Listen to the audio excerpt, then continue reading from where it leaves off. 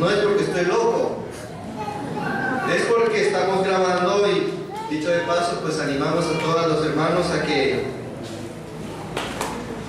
Yo creo que no es así. A que visiten la página web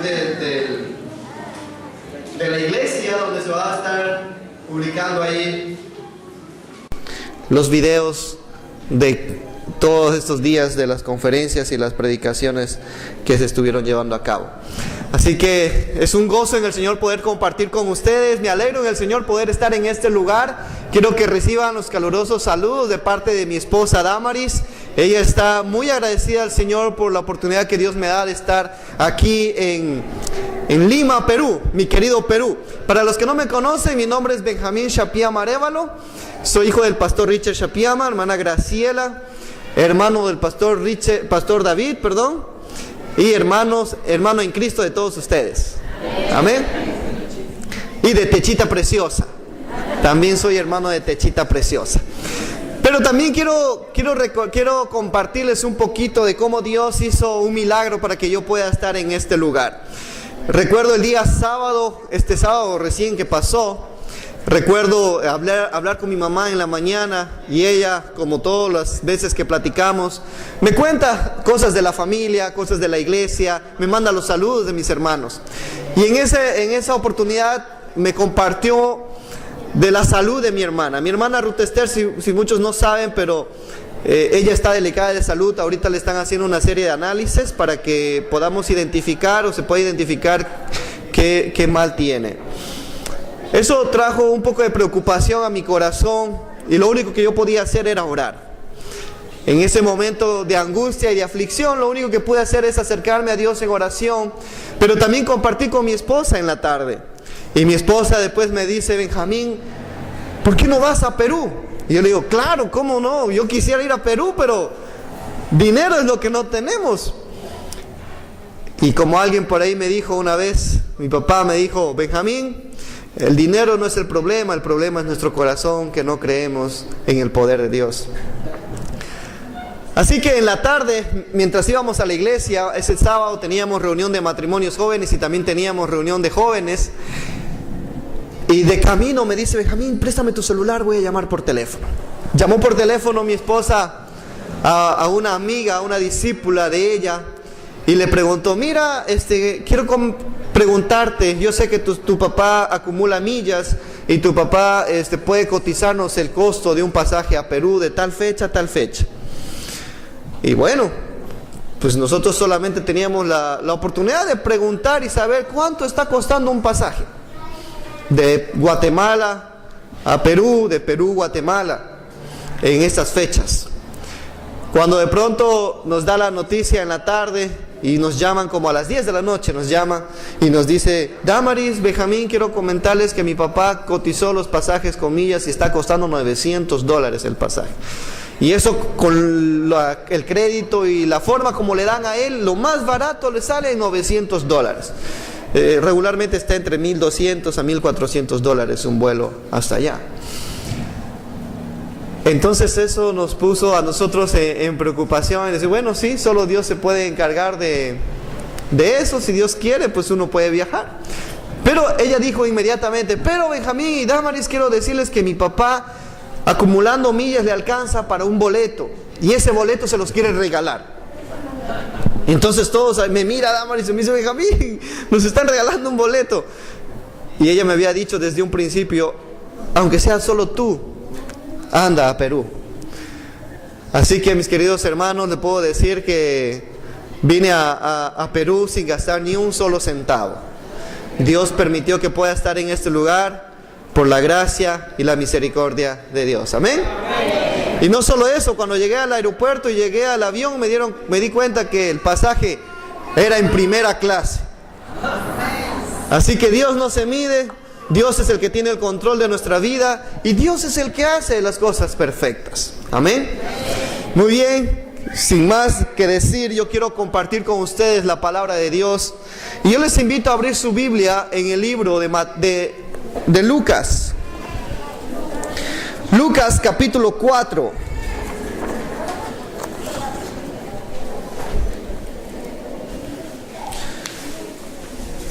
Quiero compartir con ustedes, mis queridos hermanos y amigos, personas que nos visitan en esta oportunidad. Me gozo en el Señor poder compartir con ustedes la palabra de Dios. Para los que no saben, nosotros como cristianos, como hijos de Dios, tenemos como manual de vida este libro precioso que es la palabra de Dios, la Santa Biblia. Por medio de este libro nosotros adquirimos el conocimiento de parte de Dios. Por medio de este libro nosotros conocemos quién es Dios. Podemos saber, Dios nos habla a través de este precioso libro. Nosotros podemos hablar con Dios a través de la oración. Y para los que no saben, pueden buscar el libro de Mateo, capítulo 4. El número grande es el número del capítulo y los números chiquitos son los versículos. Mateo capítulo 4, versículo 16. Perdón, Lucas capítulo 4. Versículo 16.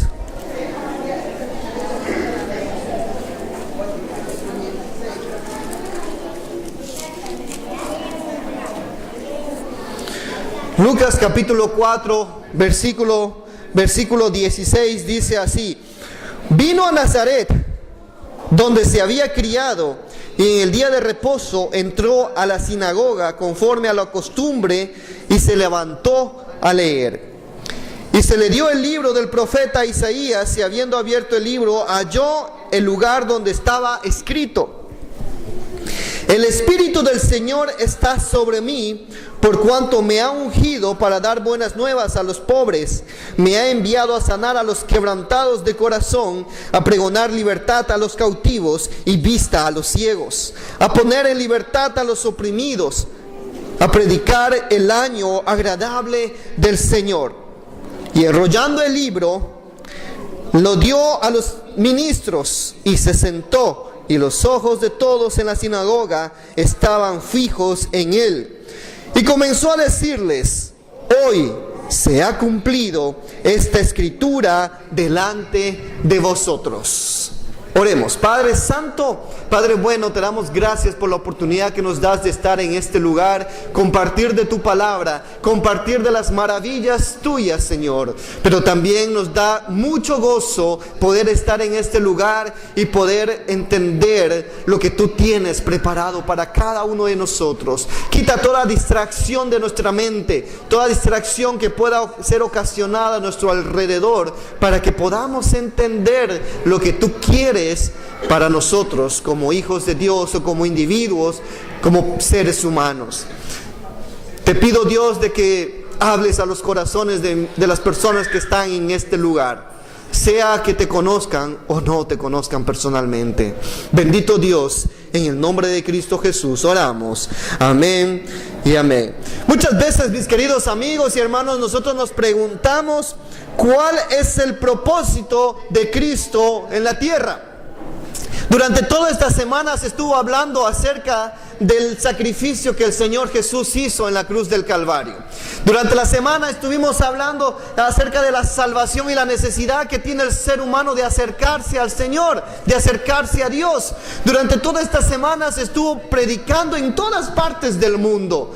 También se estuvo transmitiendo por televisión diferentes imágenes que hablan acerca de la vida y la pasión de Jesús. Y el día de hoy en la mañana tuvimos la oportunidad de recordar que la tumba está vacía. Amén. Que Jesucristo ha resucitado y Él vive. Pero Él vive también en el corazón de usted y en el corazón mío. Él vive en el corazón de toda aquella persona que decide entregar su vida al Señor. Decide decir: Dios, Dios del cielo y de la tierra, yo necesito depender de ti. Necesito confiar en ti. Pero muchas veces nosotros no llegamos a entender el propósito de Dios, por la cual Él vino, murió, se sacrificó, por la cual Él resucitó y venció a la muerte. Muchas veces no entendemos por qué. Nos hacemos preguntas. Incluso nosotros como hijos de Dios, ya como cristianos, venimos a la iglesia, nos sentamos en nuestras bancas, nos sentimos cómodos, cantamos cánticos, cantamos himnos, nos gozamos en el compañerismo. Pero tampoco hemos llegado a entender a profundidad cuál es el propósito por la cual Dios nos tiene en este mundo. ¿O cuál es el propósito por el cual Dios vino a hacer ese sacrificio aquí en la tierra? Y por eso yo quiero que volvamos a recordar lo que dice este pasaje. Y esa es la historia de Jesús después de su ministerio. Él fue al desierto, Él ayunó por 40 días y 40 noches. Él ayunó, Él buscó a Dios en oración. Fue tentado, dice las Escrituras. Pero después de ser tentado, dice que Él fue llevado también por Dios y venció a la tentación, venció al diablo. Y saliendo de aquel lugar, Jesús, antes de empezar su ministerio, pasó por esta prueba tan grande. Y después vemos en estos versículos cuando Él llega a Nazaret, el lugar donde Él creció y donde Él era conocido por muchos. Y ya su fama se estaba expandiendo por todas las regiones. Y dice las Escrituras que Él se fue a la sinagoga, al templo, al lugar donde estaban las personas preparadas en la ley. Personas que eran conocedoras de las Escrituras. Y dice el Señor, dice la Biblia en Lucas, que Él abrió este libro, el libro de Isaías. Él abrió las Escrituras y eso está en Isaías 61, versículo 1 al 2. Lo que Jesús leyó. Pero lo que Lucas nos narra es lo siguiente: vino a Nazaret, donde se había criado, y en el día de reposo entró en la sinagoga conforme a su costumbre y se levantó a leer.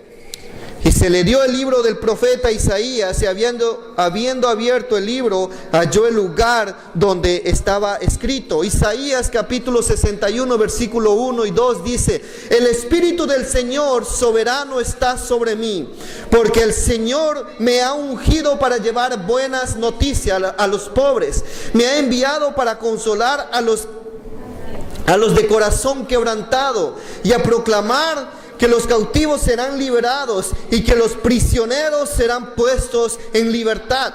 Él me ha enviado para anunciar a los que se lamentan que ha llegado el tiempo del favor del Señor, junto con el día de la ira de Dios contra sus enemigos. Eso es lo que dice este pasaje. Eso es lo que dice Isaías capítulo 61. Eso es lo que leyó el Señor Jesús. En otra versión dice: el Espíritu del Señor está sobre mí porque me ha ungido para llevar buenas nuevas, buenas noticias a los pobres. Me ha enviado a proclamar que los cautivos serán liberados y que los ciegos verán, que los oprimidos serán puestos en libertad y que ha llegado el tiempo del favor del Señor. ¿Por qué Jesús leyó esto? ¿Por qué Jesús abrió este pasaje para identificarse con las personas que estaban ahí, para decir: hoy se ha cumplido este mensaje? ¿Por qué? Y aquí vamos a ver, en esta oportunidad, en esta noche, vamos a ver el propósito de Cristo aquí en la tierra, manifestado en estos 4 tipos de personas. Porque aquí en este pasaje de Lucas capítulo 4 encontramos 4 tipos de personas a las cuales el Señor se está dirigiendo. En primer lugar, vamos a ver que el Señor se dirige a los pobres. Dice, versículo 18: el Espíritu del Señor está sobre mí, por cuanto me ha ungido para dar buenas nuevas a los pobres. Cuando nosotros hablamos de los pobres, ¿a qué nos estamos refiriendo con esto? Voy a quitar el micrófono. Cuando nosotros nos referimos a este pasaje y el Señor está diciendo que se está dirigiendo a los pobres, ¿a qué tipo de personas se está dirigiendo? Aquí no está haciendo una campaña política, no está hablando acerca de las personas y que Él vino a solventar los gastos de todas las personas necesitadas en el mundo. Lamentablemente estamos viviendo en una sociedad donde cuando vamos a la iglesia lo único que se predica es de que ven y da tu dinero. Eso es una mala enseñanza de la palabra de Dios. Eso es un mal mensaje. El dinero es importante, sí, para la gloria del Señor, para la expansión de su reino aquí en la tierra, pero eso no fue el propósito por la cual vino el Señor a este mundo. Aquí cuando nos referimos a los pobres, está hablando de los pobres en espíritus. Está hablando de aquellas personas que son pobres, que son quebrantadas. Y vamos a tratar de ilustrar un poco a qué se refiere o cómo comparamos esa diferencia de pobre en espíritu con una persona pobre normal. Cuando decimos que alguien es pobre, es alguien que no tiene recursos económicos o que carece de dinero para solventar gastos básicos de su vida, o su ingreso es menor a la canasta básica para sobrevivir en nuestra sociedad. Sin embargo, cuando nosotros leemos este pasaje, nosotros entendemos, nosotros analizamos el texto y nos estamos dando cuenta de que el Señor se refiere a un tipo de pobreza extrema. ¿A qué nos referimos con pobreza extrema? Nos referimos a aquellas personas que están quebrantadas, aquellas personas que no tienen ni siquiera un techo donde vivir, aquellas personas que están en el suelo, que están durmiendo en las calles, que han sido tan humilladas que incluso dependen de las migajas de otras personas. ¿Y usted se ha topado con algún tipo de persona así? ¿Conocemos así personas aquí en nuestra sociedad? Sí. Podemos salir a las calles y podemos darnos cuenta de ese tipo de personas. Incluso la Biblia nos menciona en Lucas 16, cuando nos narra la historia de un hombre rico y un hombre pobre, y nos dice, ahí estaba Lázaro, un hombre tan pobre que aún estaba dispuesto a recibir las migajas que caían de la mesa del hombre rico o de las cosas que él tiraba. Pero cuando nosotros comparamos esto con la pobreza espiritual, tenemos que entender que el Señor nos está diciendo que así como el ser humano que está en extrema pobreza y que está tan feliz o tan contento cuando alguien va y le da algo de comer, en esa misma condición nosotros como seres humanos necesitamos estar delante de Dios, anhelando y deseando estar en su presencia o ver la presencia de Dios en nuestras vidas. Mateo capítulo 5, Mateo capítulo 5, versículo 3, nos dice, hablando de las bienaventuranzas, y nos hace recordar, dice, bienaventurados los pobres en espíritu, porque de ellos es el reino de los cielos. Otra versión dice, bienaventurados los pobres en espíritu, dichosos los pobres en espíritu, gozosos, satisfechos, felices los pobres en espíritu, porque ellos entienden la necesidad de Cristo en su vida.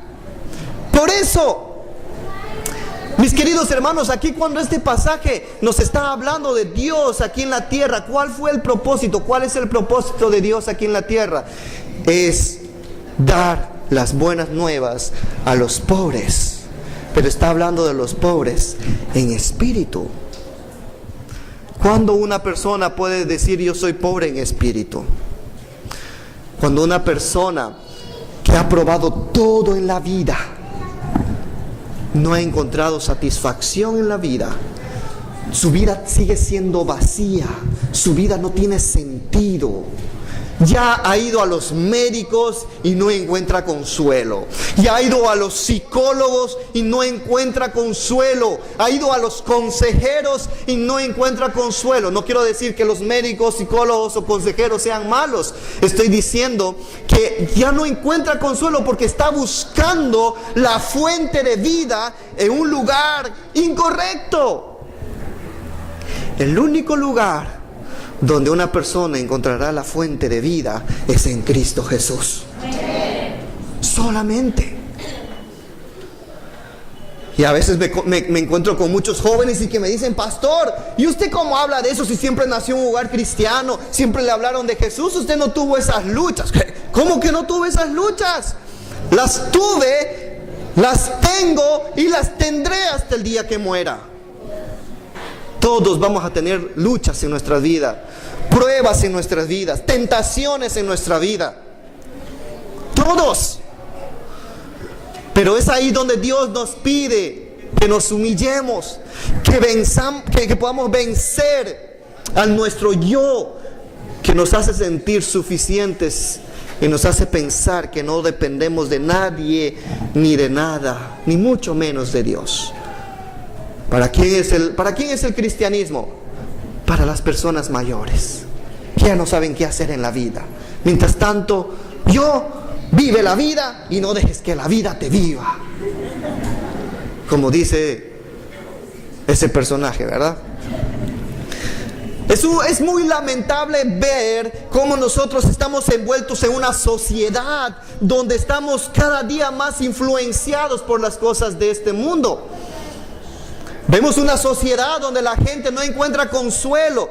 Y a veces estos jóvenes cuando me preguntan, entonces sí has experimentado luchas. Por supuesto que he experimentado luchas, pero yo puedo decir, también he sido victorioso.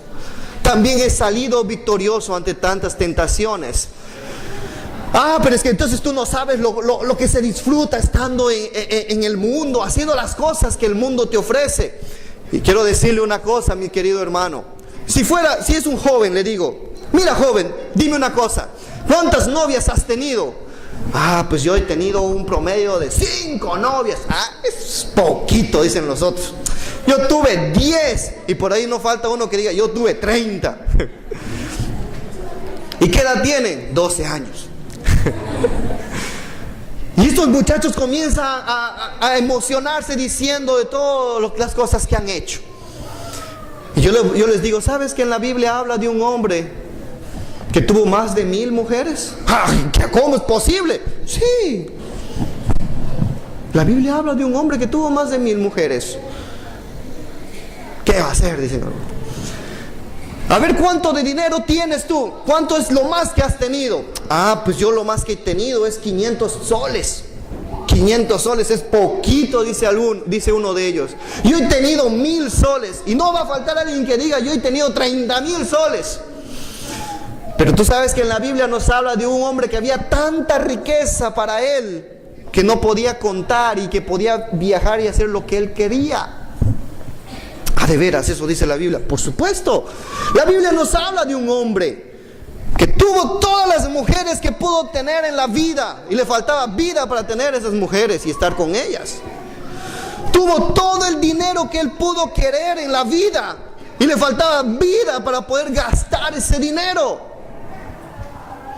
Pero ¿sabes lo que dice él al final de su vida? Al final de su camino, ¿sabes qué es lo que dice? Todo esto es vanidad. ¿Y sabes cuál es la recomendación de él a la juventud? Un hombre que lo ha probado de todo, que ha experimentado de todo, que ha sido el hombre más rico del mundo, más sabio del mundo. ¿Sabes cuál es su mensaje? Joven, acuérdate de tu Creador en los días de tu juventud. Yo no necesito probar todo y tener toda la riqueza del mundo para entender este mensaje. Pero muchas veces nosotros no estamos dispuestos a estar o a ser pobres en espíritu. Y estamos, como el siguiente texto nos dice, muchas veces nosotros nos quedamos cautivos. Nos dice el versículo 16 de Lucas capítulo 4. Nos dice, versículo 18, dice, el Espíritu del Señor está sobre mí. ¿Quién está hablando? Está hablando Cristo Jesús, está hablando Jesús. El Espíritu del Señor está sobre mí por cuanto me ha ungido para dar buenas nuevas a los pobres, buenas nuevas de salvación a las personas, a los pobres en espíritu. Pobres en espíritu, igual a aquellas personas que reconocen que necesitan de Jesucristo en su vida. Y solamente después de haber pasado por situaciones difíciles en nuestra vida, después de haber muerto a nuestro propio egoísmo, a nuestro propio yo, vamos a ser personas pobres en espíritu. Solamente ahí. Para eso vino el Señor aquí en la tierra. Pero también dice, me ha enviado a sanar a los quebrantados de corazón. En otras palabras, me ha llamado para sanar a los cautivos. ¿Qué tipo de cautivos se refiere la Biblia? Se refiere a los que están presos en las cárceles aquí en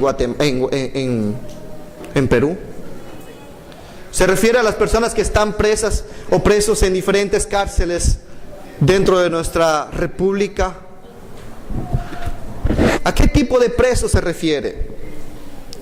Ahí en Guatemala, me hace recordar, Guatemala es uno de los países con mayor cantidad de presos, de personas encarceladas, de personas que están ahí pagando una condena. Muchos de ellos dicen: yo no fui culpable, simplemente me culparon. Otros reconocen su culpa y se dan cuenta de que están ahí por causa de sus acciones. Pero ¿a qué tipo de oprimidos o cautivos se refiere este pasaje, mis queridos hermanos y amigos? Aquí lo que está hablando el Señor no se refiere precisamente a las personas que estaban encarceladas. Dios puede hacer milagros, y Él hizo con algunos de sus discípulos. Incluso hay testimonios de personas que lo han experimentado, que han sido liberados de la cárcel, pero eran personas que habían sido prisioneros por predicar el Evangelio.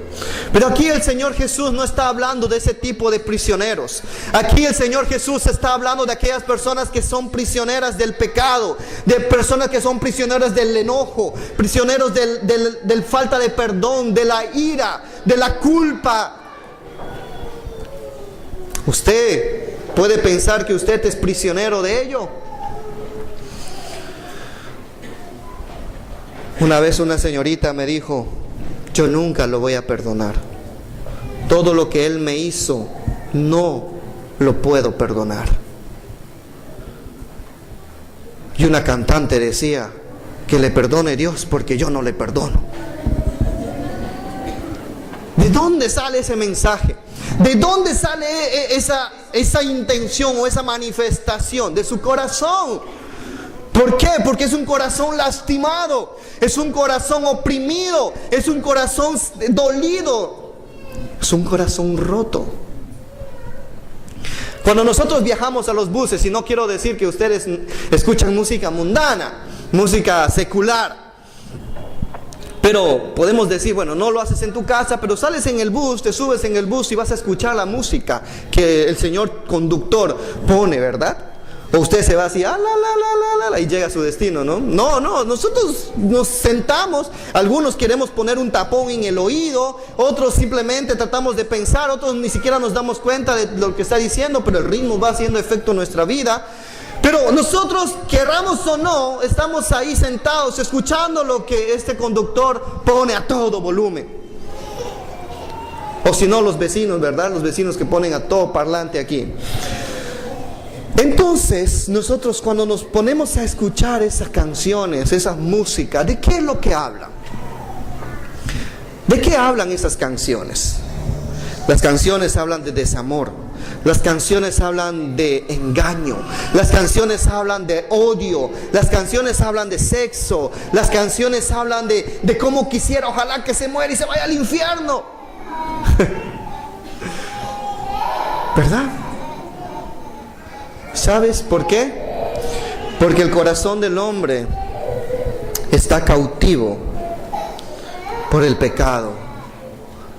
Y uno de ellos es la falta de perdón. Una persona que ha sido engañada o engañado es una persona que nunca más va a tener la facilidad de confiar en alguien. Es una persona que va a guardar resentimiento en su corazón.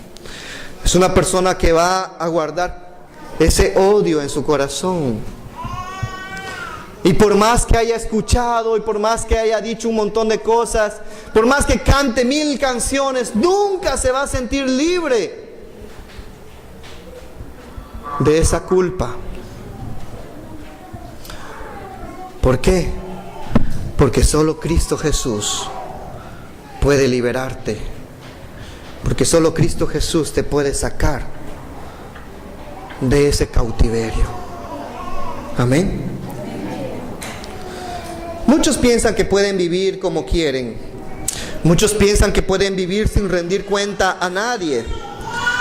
Sin embargo, llegará un día en el cual tenemos que rendir cuentas a Dios. Va a llegar un día en la cual usted y yo vamos a tener que rendir cuentas a nuestro Dios soberano. Aquel Dios a cual muchos de nosotros quizás hemos negado alguna vez en nuestra vida. O quizás muchos de ustedes niegan hasta el día de hoy. Un día vamos a rendirle cuentas a Él. Y Él no va a decir, a ver cuántas cosas buenas hiciste, pongo en esta balanza. Cuántas cosas malas hiciste, vamos a poner en esta balanza y vamos a sopesar. No. Lo único que el Señor va a hacer y va a juzgar y va a decir, mira, creíste en mí y obedeciste mis mandamientos, bienvenido a mi hogar. Pero si llegas y ni siquiera has creído en el Señor, ni has guardado sus mandamientos, ni has obedecido los mandamientos del Señor, lamentablemente te espera un castigo eterno. Todo esto nosotros lo vemos en Mateo capítulo 12, versículo 36 al 37. Pero también nosotros vemos ese mensaje de un lugar, de un castigo, Mateo 10, 28. Pero necesitamos nosotros entender, mis queridos amigos y hermanos y personas que estamos aquí, que ya hemos decidido seguir a Jesús. El pecado tiene la capacidad de esclavizarnos y volvernos seguidores de Satanás y no de Dios. Eso es la capacidad del pecado. ¿Qué es pecado? Pecado es todo lo que a Dios le desagrada. Pecado es todo lo que Dios aborrece. Pecado es todo lo que Dios desecha. Las relaciones sexuales antes del matrimonio, Dios lo aborrece. El adulterio, Dios lo aborrece. La mentira, Dios lo aborrece. Es una mentira piadosa. Mentira es mentira, pues. Algunas consecuencias son más grandes, otras son menos. Pero mentira es mentira. Dios aborrece la hipocresía. Muchas veces podemos decir, yo me acuerdo incluso cuando era adolescente, yo iba a la iglesia y estando en la iglesia yo decía, ay, ahora sí, porque voy a la iglesia yo puedo ser un hombre espiritual, un hombre que... Y yo sabía que estaba mal en mi mente, en mi corazón, lleno de suciedad, lleno de pensamientos malos, como muchos jóvenes metidos en la pornografía, metidos en malos pensamientos, metidos en deseos de ir y delinquir. Pero llegaba a la iglesia y porque me habían dicho que tenía que cuidarme de las personas que estaban en la iglesia, es que yo cuando cantaban levantaba mi mano. Pero yo levantaba mi mano mirando con un ojo por aquí, por otro aquí, para saber quiénes me están mirando. Y si me estaban mirando, más levantaba la mano. ¿Ustedes creen que con eso agradaba al Señor? No.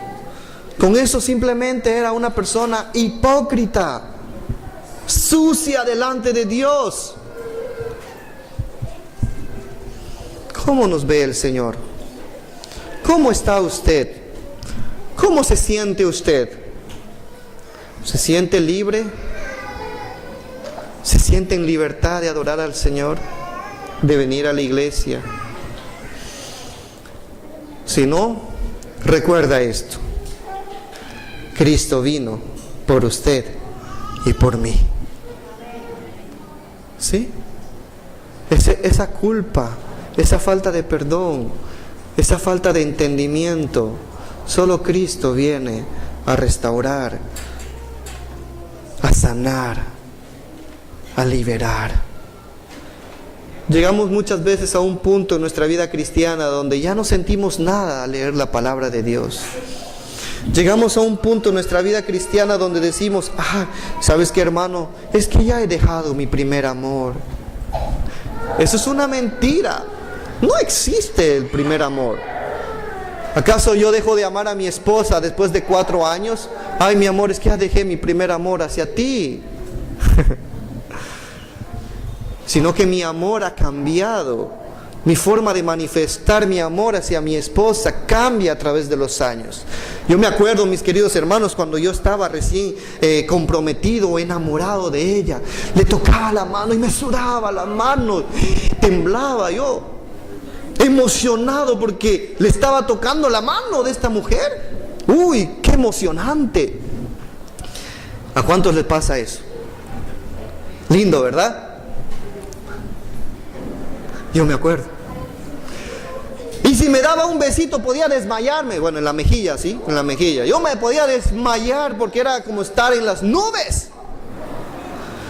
Ahora vamos a cumplir el 10 de abril 4 años de casados. Y dicho de paso, pues no estoy con mi esposa. Ella se está sacrificando para que yo esté aquí.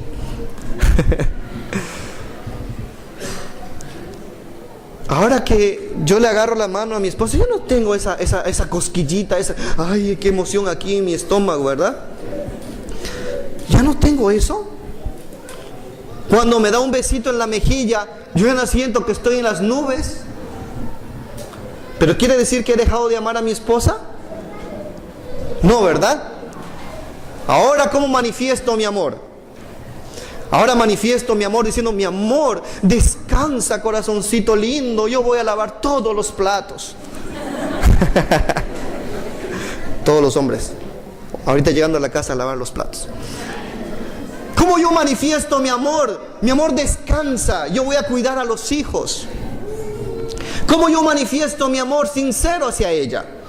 Hay muchísimas maneras en las cuales yo voy a manifestar mi amor. Cuidándole, protegiéndole, diciéndole palabras bonitas, pero también actuando y haciendo cosas. ¿Sí? Y es ahí cuando una vez más comienza a flotar, a florecer esa emoción. Y de pronto le estoy viendo y le digo, qué hermosa eres, qué dichoso, qué feliz soy de haberte conocido. Y qué bueno que ninguno de esos muchachos que iban detrás de ti les hiciste caso, solo a mí. ¿Verdad? Mi amor hacia ella no ha cambiado, pero mi forma de expresar mi amor, sí. Ahora, cuando nosotros escuchamos muchas veces en las iglesias y decimos, ay, es que ese hermano está en su primer amor y quiere ir a predicar el evangelio en todas partes, hacemos un daño al decirle a un nuevo creyente, a una nueva persona, que eso es el primer amor. Porque después cuando él ya no siente esa emoción y ve que las pruebas vienen, las luchas vienen, la persecución viene, las burlas vienen, los problemas y todo, la angustia que cualquier ser humano, aunque tenga a Cristo en su corazón, los tiene, va a decir, es que ya he perdido mi primer amor. Cuando realmente es ahí donde se está poniendo a prueba el verdadero amor hacia Dios. Y a veces leemos la Biblia, ya no siento esa emoción. Pues, ¿cómo nosotros cultivamos una relación? Pasando tiempo con Él, pasando tiempo con ella. Así necesitamos cultivar nuestra relación con Dios. Y solo así nosotros vamos a volver a sentir la manifestación, bueno, a sentir emoción. Cuando vemos cómo Dios obra en la vida de otra persona y cómo Dios me utiliza a mí para ser de bendición en otra persona. ¿Cómo te sientes cuando ves obrar, cuando una persona se arrepiente? ¿Cómo te sientes cuando ves que por medio de tu vida, la vida de otra persona ha sido bendecida? ¿Cómo te sientes? ¿Te sientes culpable? No, me siento gozoso, feliz. Solamente que la forma de expresar nuestro amor hacia el Señor ha cambiado. Entonces yo busco, anhelo estar en la presencia del Señor constantemente para seguir sintiendo. Pero yo sigo amando al Señor y Él te sigue amando. Pero necesitamos buscar. El problema es cuando llegamos a un punto y decimos, yo ya no necesito de Dios. Yo ya no necesito de Él. Yo creo que yo puedo hacer las cosas a mi manera. Yo creo que yo puedo incluso buscar la vida y hacer mi vida sin contar a Dios. Es ahí cuando el hombre cae. Es ahí cuando el hombre perece. No podemos vivir o salir adelante siendo esclavos del pecado. Romanos capítulo 6, versículo 16. Guárdalo en su cerebro y búsquelo también en su hogar, en su casa. Romanos 6, 16. El que es liberado por Cristo es liberado de la culpa que es generada por el pecado. Pero aquí está una vez más el mensaje de esperanza. ¿Por qué vino Jesús? ¿Por qué vino Jesús a la tierra? ¿Por qué se predica un mensaje de esperanza y de salvación? Primero, para poder dar ese mensaje de buenas nuevas, dice las Escrituras, a los pobres en espíritu. Y Dios quiere que usted y yo seamos pobres en espíritus, personas que estén anhelando estar en la presencia de Dios o recibir el favor de Dios. Pero Dios también vino para que nosotros seamos libres de todo cautiverio, de toda prisión del pecado. Y usted puede ser libre esta noche. Puede ser libre esta noche. No espere más. No regrese a su casa igual. No regrese a su casa igual. Hay personas que han manifestado incluso enfermedades por falta de ser libres por el poder del Señor. Rápidamente vamos los dos últimos tipos de personas y vemos que también se refiere a los ciegos. ¿Y a qué tipo de ciegos se refiere? Se refiere a los ciegos espiritualmente también, a las personas que están ciegos espiritual, a las personas que no consideran justas ni verdaderas el mensaje de Cristo. Dice la palabra de Dios que para los que no creen en Jesús, la palabra de la cruz es locura. Ahí viene el hermano Pablo predicando, porque te ven con la Biblia bajo el brazo.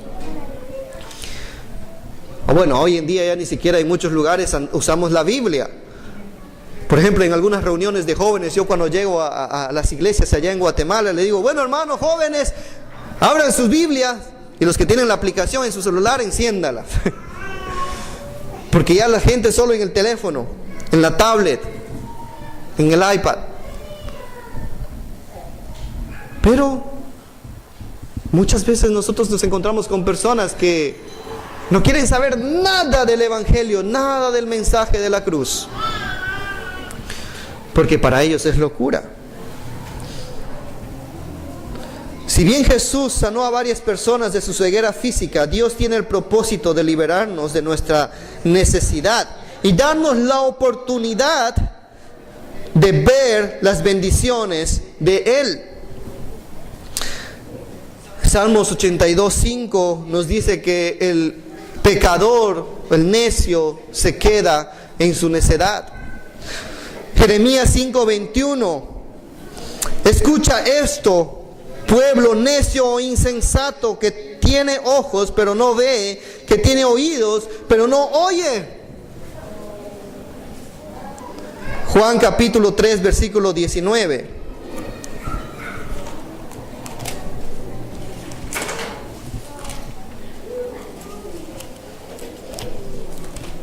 Juan capítulo 3 versículo 19 dice, y esta es la condenación que la luz vino al mundo, y los hombres amaron más las tinieblas que la luz, porque sus obras eran malas. Porque todo aquel que hace lo malo aborrece la luz y no viene a él la luz, para que sus obras no sean reprendidas.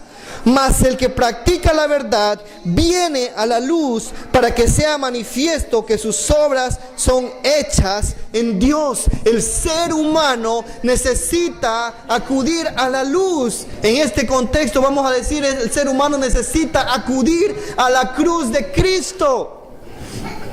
Solo así nosotros seremos libres, o nuestros ojos serán abiertos.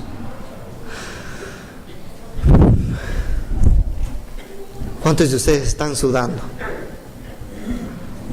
Está haciendo calor, ¿verdad? Pero recordemos esto. Si usted tiene el mensaje de Cristo, usted tiene la capacidad, en primer lugar,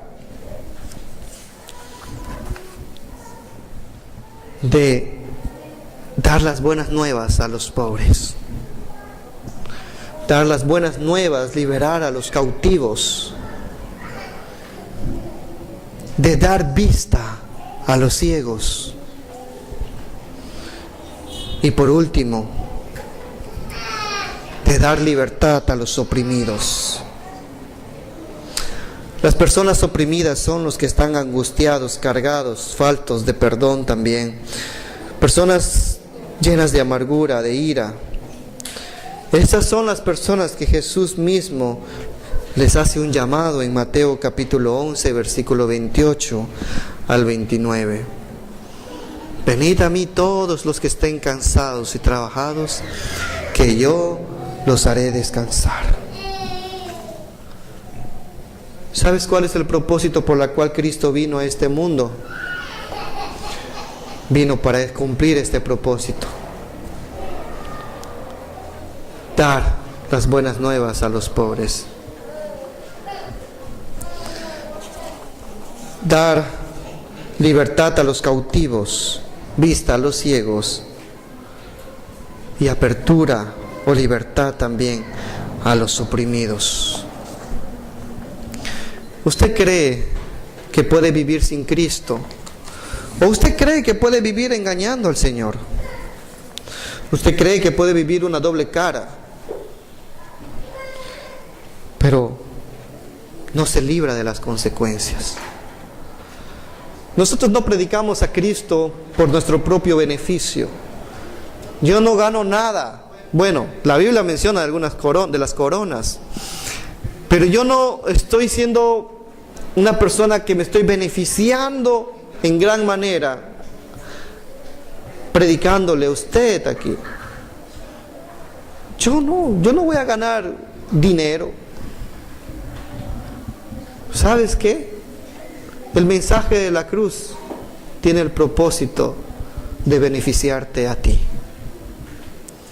El mensaje de la cruz tiene el propósito de beneficiarnos a todos nosotros. Amén. Cerremos nuestros ojos. Pido que cerremos nuestros ojos para que nosotros podamos concentrarnos en hacer una oración. La oración no es una mera repetición. La oración es una manifestación hacia Dios. Cómo nosotros nos podemos expresar hacia Dios verbalmente, hablando. Y cerramos nuestros ojos para que nada nos vaya a distraer, sino que pensemos con claridad lo que le vamos a decir al Señor. Permítame dirigirme hacia usted. Quiero que por favor, mis queridos amigos y personas que están en este lugar, se pongan a pensar en un momento. Yo personalmente, Benjamín Shapiama, yo no sé cuál es la vida y la situación que usted está pasando. Yo no sé la condición en la cual usted se encuentra. Yo no sé cuáles son sus problemas. De repente problemas familiares. Ya usted ha hecho de todo y ve que su hogar está siendo destruido y abandonado. De repente problemas financieros. Usted está endeudado hasta donde ya no más. Usted ya no sabe qué hacer, está al borde del abismo. Yo no sé cuál sea la condición por la cual usted está aquí, porque cada uno de nosotros tenemos una historia. Pero sí sé que hay un Dios todopoderoso que está en este lugar y que te está hablando y te está diciendo: hijo, hija, yo estoy aquí, yo morí por ti, resucité para darte vida eterna, para darte libertad, para traer restauración a tu hogar, para que tú veas mi mano poderosa, porque yo soy real. Si hay alguna persona aquí en la iglesia que esté sentado, quiero decirte, no entraste aquí por casualidad. Entraste aquí porque Dios te trajo. No es casualidad que usted esté aquí. Ninguno de nosotros. Así que te quiero invitar, si es la primera vez que tú vienes o has estado viniendo en estos días, pero no has tomado una decisión de entregar tu vida a Cristo. ¿Qué significa entregar la vida a Cristo? Es cuando tú reconociste que ya estás en lo más profundo, ya caíste a lo más bajo y que solamente puedes contar con la presencia de Dios. Si quieres contar con la presencia de Dios y quieres hacerlo público, y quieres que un hermano también en la fe, un hermano, un cristiano, alguien que tiene más tiempo conociendo a Jesús, le ayude y le guíe, instruyéndole: ven aquí al frente, levántate, sal de tu lugar, ven aquí al frente y vamos a orar por ti. Hay alguien aquí en la iglesia que todavía no entregó su vida a Jesús. Te invito a que te pongas de pie, no tengas miedo, nadie se va a burlar de ti. Al contrario, nos vamos a gozar. Te pongas de pie, pases al frente para poder orar por ti y contigo. ¿Hay alguien? ¿Hay alguien aquí en la iglesia? O de repente hay alguien aquí en la iglesia que necesita reconciliarse con Dios. ¿Qué significa reconciliarse? Alguien que escuchó el mensaje de Dios, alguien que escuchó el mensaje de Cristo, pero que aún sigue practicando el pecado y ese sentimiento de culpa le está martirizando y dice: Señor, yo sé que alejado de ti nada puedo hacer, perdóname. Y quiere hacerlo público. También ponte de pie y ven al frente, vamos a orar por ti.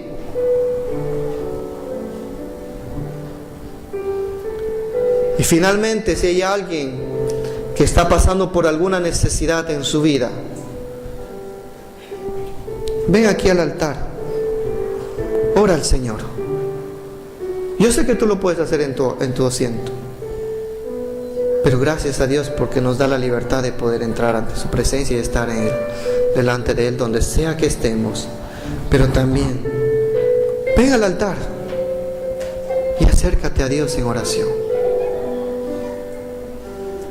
Hazlo mientras yo oro. Padre Santo, Padre bueno, te doy gracias porque tú eres maravilloso. Gracias porque ese día que tú leíste Isaías capítulo 61 versículo 1 y 2, ese día, Señor, muchos se burlaron de ti, te sacaron de la sinagoga, te llevaron a lo más alto de la montaña y trataron de matarte, trataron de tirarte. Pero así de sencillo, como dice la palabra de Dios, tú saliste victorioso de en medio de ellos. Pero tú dejaste en claro el mensaje y la manifestación de por qué estás tú aquí en la tierra. ¿Por qué es que moriste en la cruz? ¿Por qué es que resucitaste? Porque tú resucitaste para darnos vida y vida en abundancia. Todos los que estábamos ciegos, cautivos, oprimidos, y todos los que ya no alcanzábamos más en la vida, sino que necesitábamos de tu presencia. Bendice a tu iglesia, Señor. Bendice a cada uno de los que están aquí presentes. Y ayúdanos a testificar a Cristo con nuestra vida. Y que esta iglesia se llene de personas que no te conocen, porque ven el ejemplo de Dios en nuestras acciones. Porque ven que somos personas que te amamos y amamos al prójimo. Pon convicción en nuestra mente, en nuestro corazón. En el nombre de Cristo Jesús, nuestro Señor y nuestro Salvador. Amén. Amén. Mis queridos hermanos, la palabra del Señor dice que no vuelve vacía. Y cuando da su fruto, lo da al 100%. Amén. Pero no nos olvidemos, a pesar del calor, hermanos, que estamos aquí, y ustedes no están aquí con corbata y moviéndose. Pero a pesar de eso, quiero que se quede marcado en nuestra mente, en nuestro corazón, que nosotros somos los embajadores de llevar ese mensaje de esperanza a nuestra sociedad, a nuestra familia, amigos, conocidos. Pero sobre todo, necesitamos llevarlo con nuestro ejemplo, con nuestro testimonio. Amén. Que la paz del Señor los bendiga y los acompañe. Shalom.